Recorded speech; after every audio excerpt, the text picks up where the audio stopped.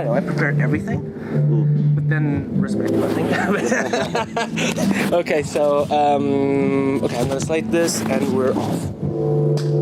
Okay, cool. How are you guys? Doing well. Doing well. Doing well, yeah. Just arrived? Yesterday afternoon. Okay, Yeah. okay.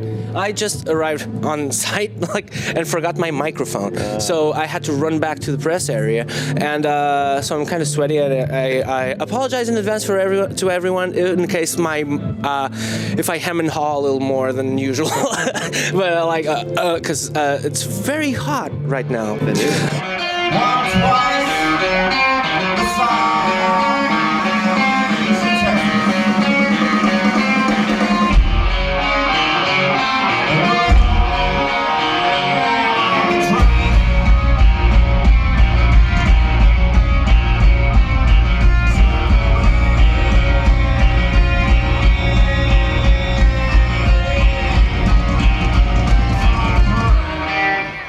Travel a lot, so do things get forgotten, and by by comparison of what just happened to me, because it's here, so we're safe. Always. Yeah, Always. there's generally at least 1 or 5 things that I've forgotten. So.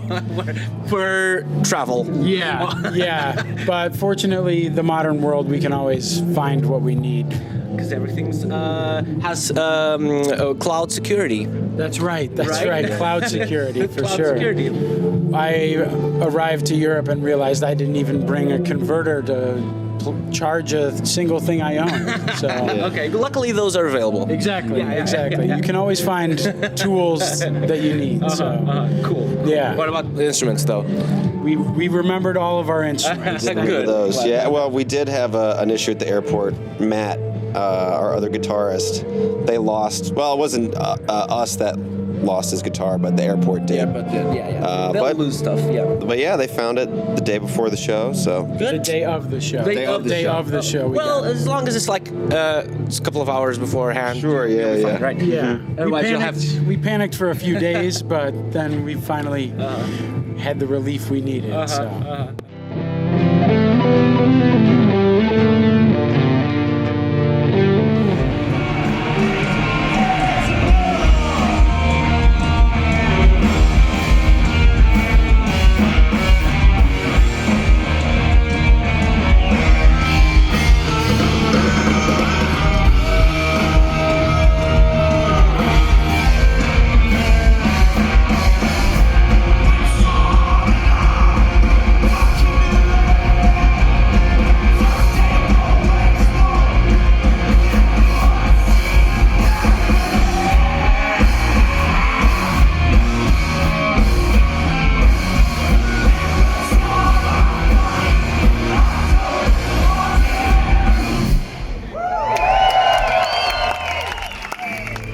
Love your stuff.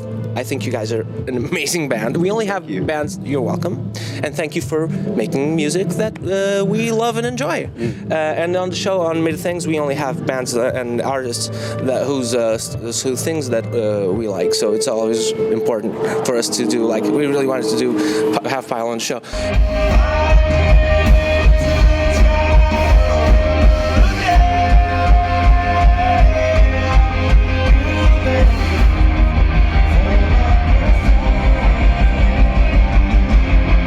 I was listening to Firewood and I was like, I want to play this. And and I've been a musician for a while, for a long time, and I've dealt with odd time signatures and odd tuning and unusual tunings and stuff like that. But I can't get my head around because it's mostly C, right? In terms of the tonic bass notes. Yeah. I mean, mostly it's around C, right? Yeah, it's usually everything's tuned down to C standard, but in that one it's tuned to drop B flat, so it's like drop D, but 2 full steps below drop D. I couldn't wrap my hand around it because I tried it's C. I think it's C standard, but then I was like, no, it isn't. But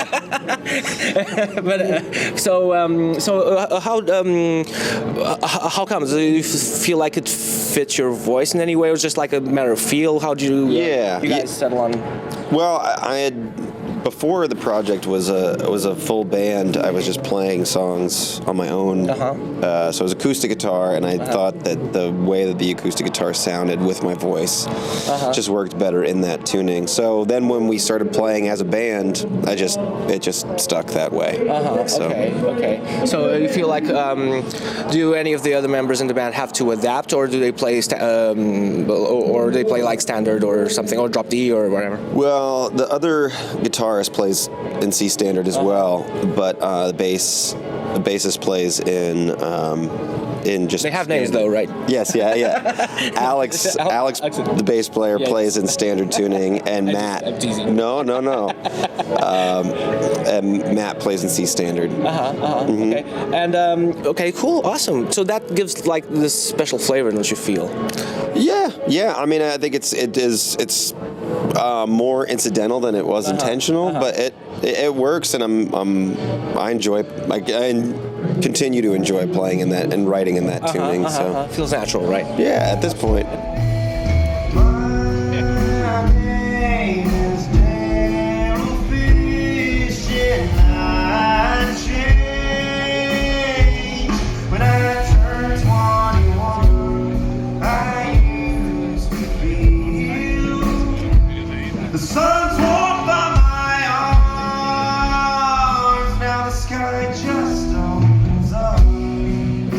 I've seen that in some places that there's a very obsessed fan base on Reddit and stuff like that. How intense is this? Like guitar, like what pedal is he using, and what time signatures are these and stuff like that. Yeah, I mean there is definitely an interest in that. It's difficult for me to gauge relative to how other people who are fans of bands feel about that sort of stuff. But yeah, I have noticed that people are interested, like taking pictures of the pedal board and like tuning stuff or gear in general.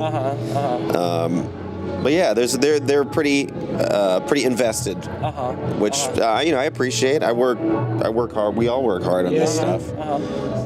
So the fact that there are people that are that interested in how we're doing that is pretty cool.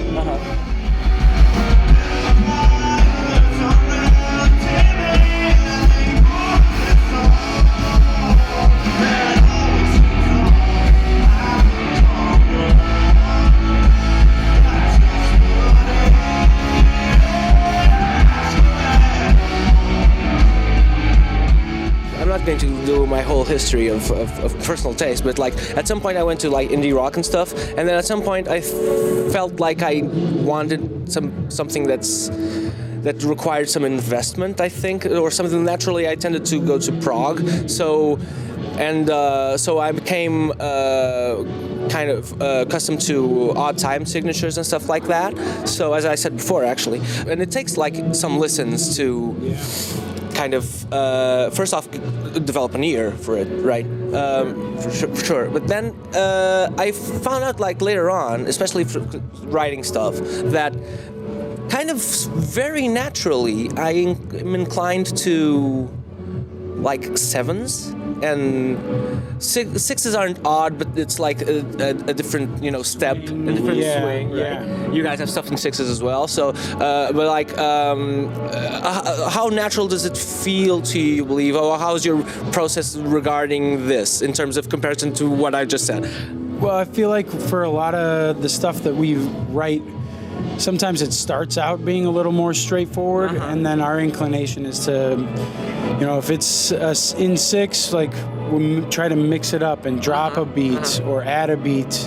So we always end up doing something in five or something in seven, even if it's just one line, or sometimes we'll just start out with a whole section in five and adjust it to like right at the very tail end go into a natural six or something. And I think a lot of that is just wanting to keep people on their toes. And ourselves. And keep it interesting for us. I mean, Rick and I have been playing together for 12 years, and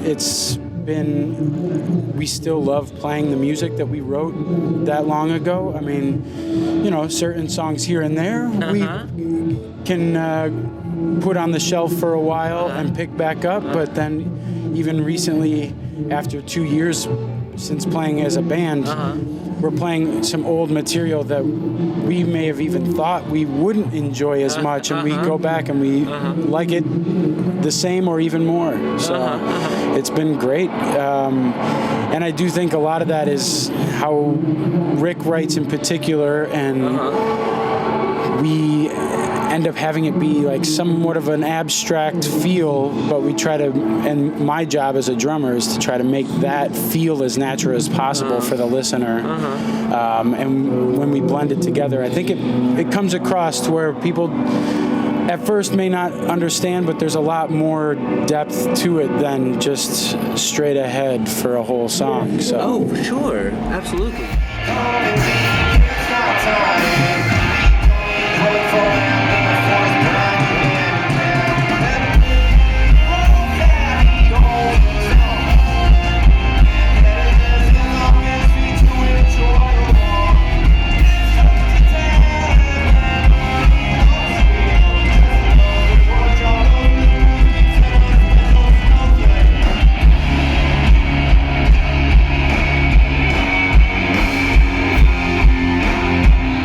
Of course, balance is always key, right? Personally, I mean, I'm wearing a Dillinger shirt, but so I fully enjoy like one phrase that's different. So, but to me, like it's always a question of balance, right? But it's very fun for everyone, like to have even like an 8 that has a beat missing. You can make it extremely interesting, right? It's like I've seen like in like the past year and a half, I've listened to a lot of K-pop, and it's very good. Some of it, so some of it, I mean, you can't generalize, obviously, but like for instance, Red Velvet is like this is possibly very weird for anyone who's watching this, but like they have like very creative musical solutions, like melodically and in terms of harmony and rhythm.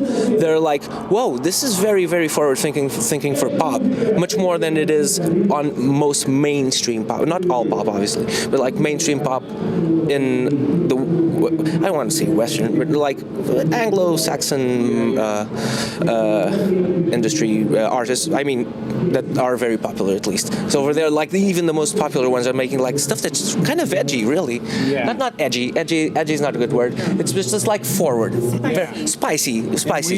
Yeah, spicy. We definitely, in our musical taste, we all definitely tend to lean towards that as far as music we listen to. It ends up being stuff we can all appreciate, pop acts and the music that they make and what it takes to do that, but we do end up really gravitating towards the stuff that's like a lot more interesting or just unique into itself and doesn't fall into the same pattern that all music tends to follow in a lot of ways. So.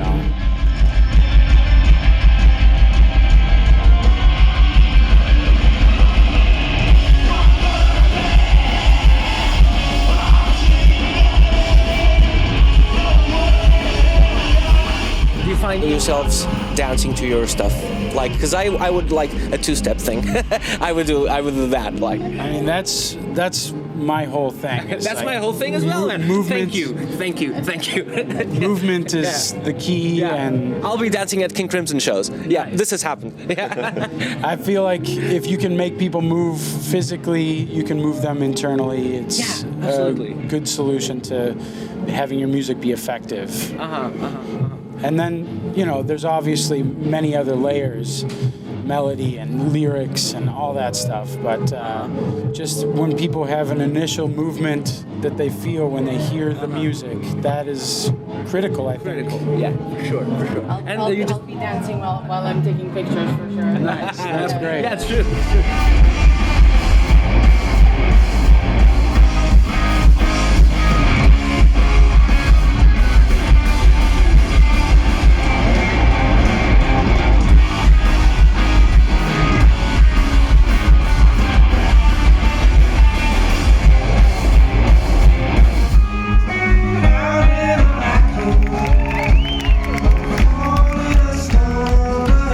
You just mentioned the lyrics, and lyrically, I think honestly, you're one of the best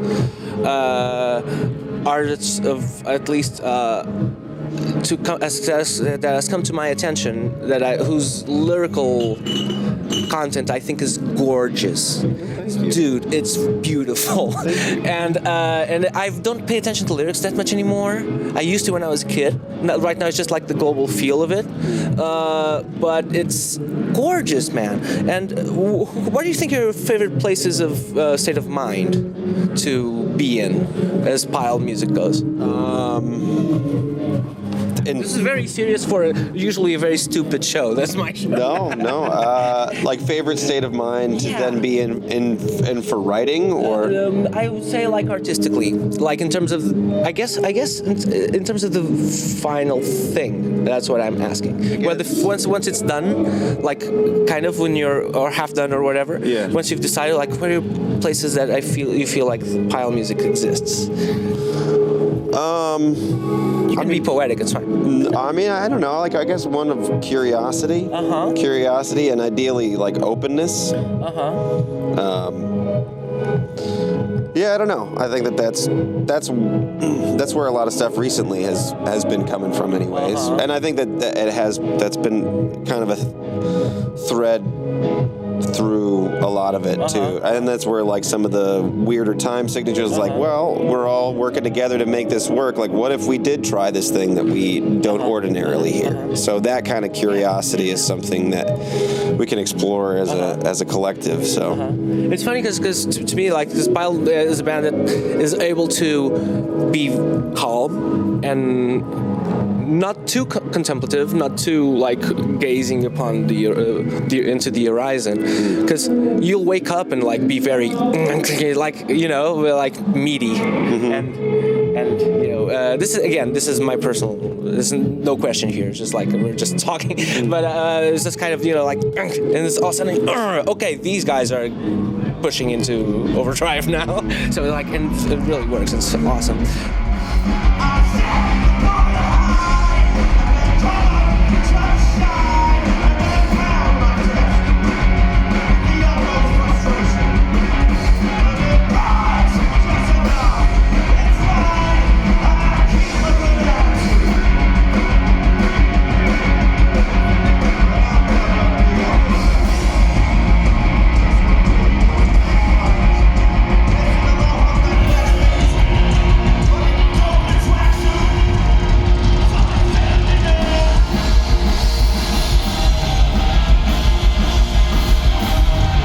I've seen clips of you playing by yourself and finding a solution that I don't see too often, which is bass pedals. Yeah. Bass pedals are cool as fuck. They are. Yeah, it definitely opened things up as far as the solo set was concerned. Offered another voice, another texture, and so that's very helpful. I felt like it did fill out a lot of because I know the solo stuff is more sparse in general, but it's nice to have there be some sort of Groundwork. Yeah.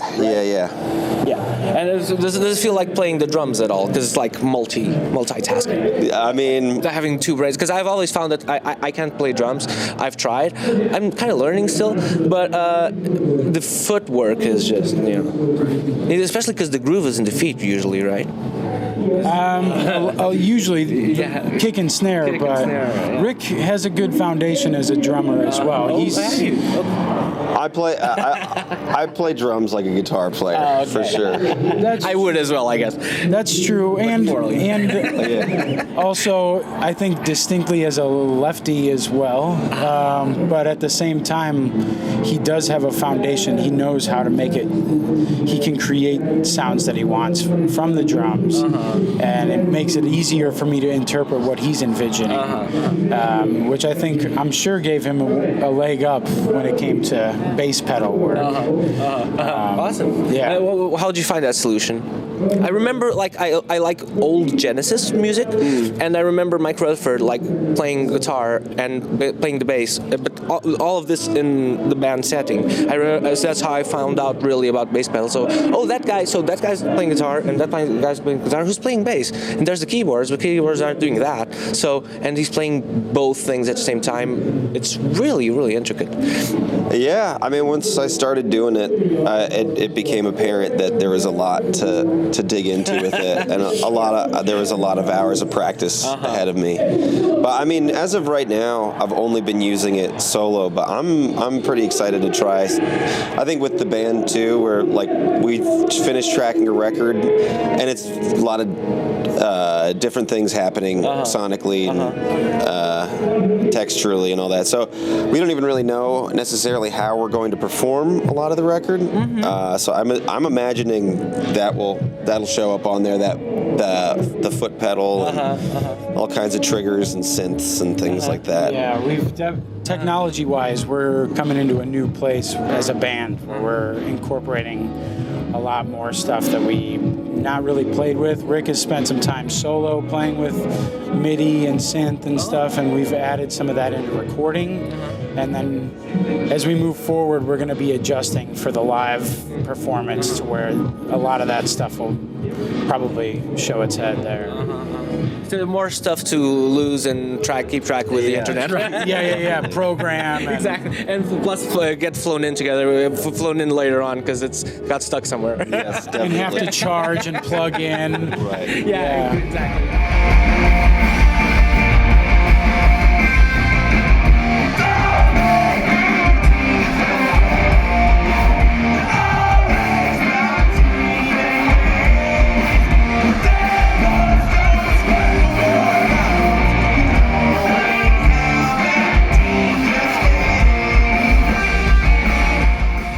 Have you seen a meme? Because I can't not think of this. Have you seen a meme that's, crab memes are on the internet, are a thing. Oh, so, carcinogenesis is the process.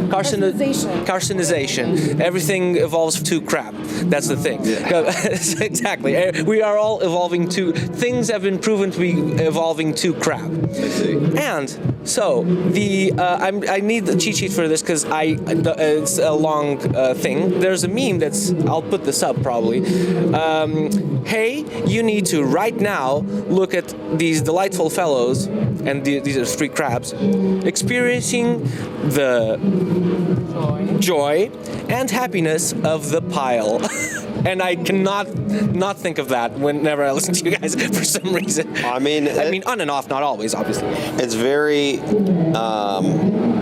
I've seen that meme before, and people send it to me, and I don't understand it. There's nothing to get, I think. Okay, yeah. So that's pretty much. A love for crabs. I see. Other than a love for crabs, exactly. I see. I mean, yeah, that's pretty much what I took away from it. I didn't know from what corner of the internet it came from, but it was just like, look at this. Wild green memes for something for ecological fiends. Wild green memes for ecological fiends. Yeah. It's a huge. It's the online ridiculous meme community. Exactly, and it's fun of animals all the time. And it's one of the things that Facebook is still good for, like stupid memes. Fair enough. Fair enough, right?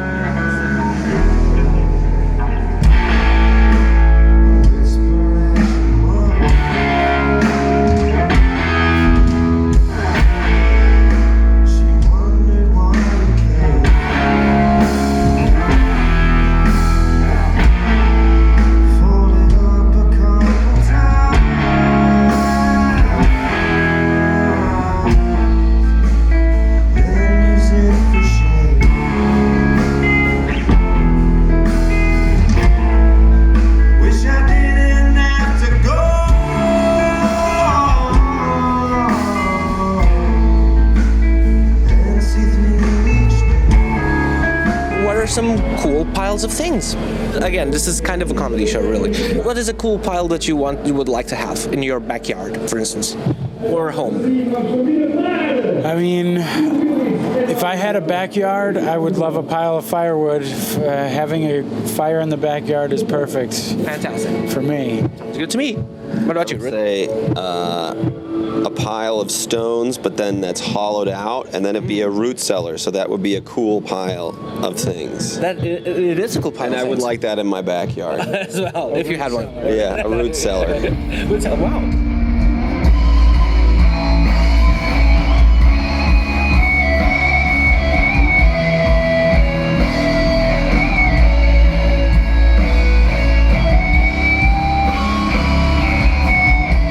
Please name 3 things that you're made of.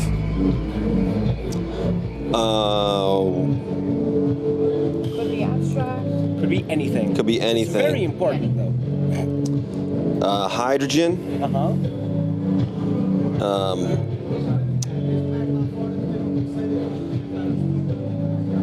Do you want all Hair and nails. Okay, hair and nails. Hydrogen, hair and nails. Good. What about you, Kris? Carrots in view. Very carrots. exactly.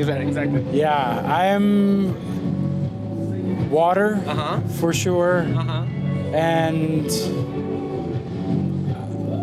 light, and for me, love. Good. Excellent. Thank you so much, guys. Yeah. It's been a pleasure. Thank you. Thank you.